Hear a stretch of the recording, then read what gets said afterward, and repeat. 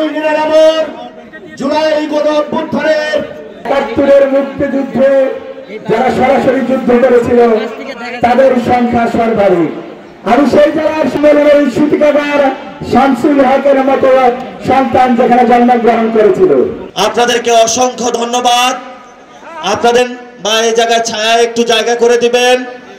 আপনারা ওনাদের যারা আমাদের পুরুষ ভাইরা রয়েছে ঐক্যবদ্ধ করার জন্য সারা দেশ চষে বেড়াচ্ছে, তার গায়ে ধারাবাহিকতায় আজকে এই টাঙ্গাইলের দরবারে আপনাদের কাছে হাজির হয়েছে।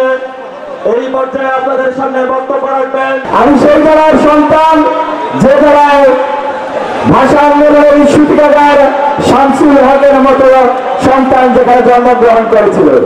আমি সেই জেলার সন্তান যে জেলায় রণতা প্রসাদ ছাড়ার মতো তারা জন্মগ্রহণ করেছে। আপনারা জানেন টাঙ্গাইলের মাঝখান দিয়ে একটি হাইওয়ে সড়ক গিয়েছে। এই সড়ক থেকে আমরা মনে করি টাঙ্গাইল নাগরিকত উন্নত একটি শহর।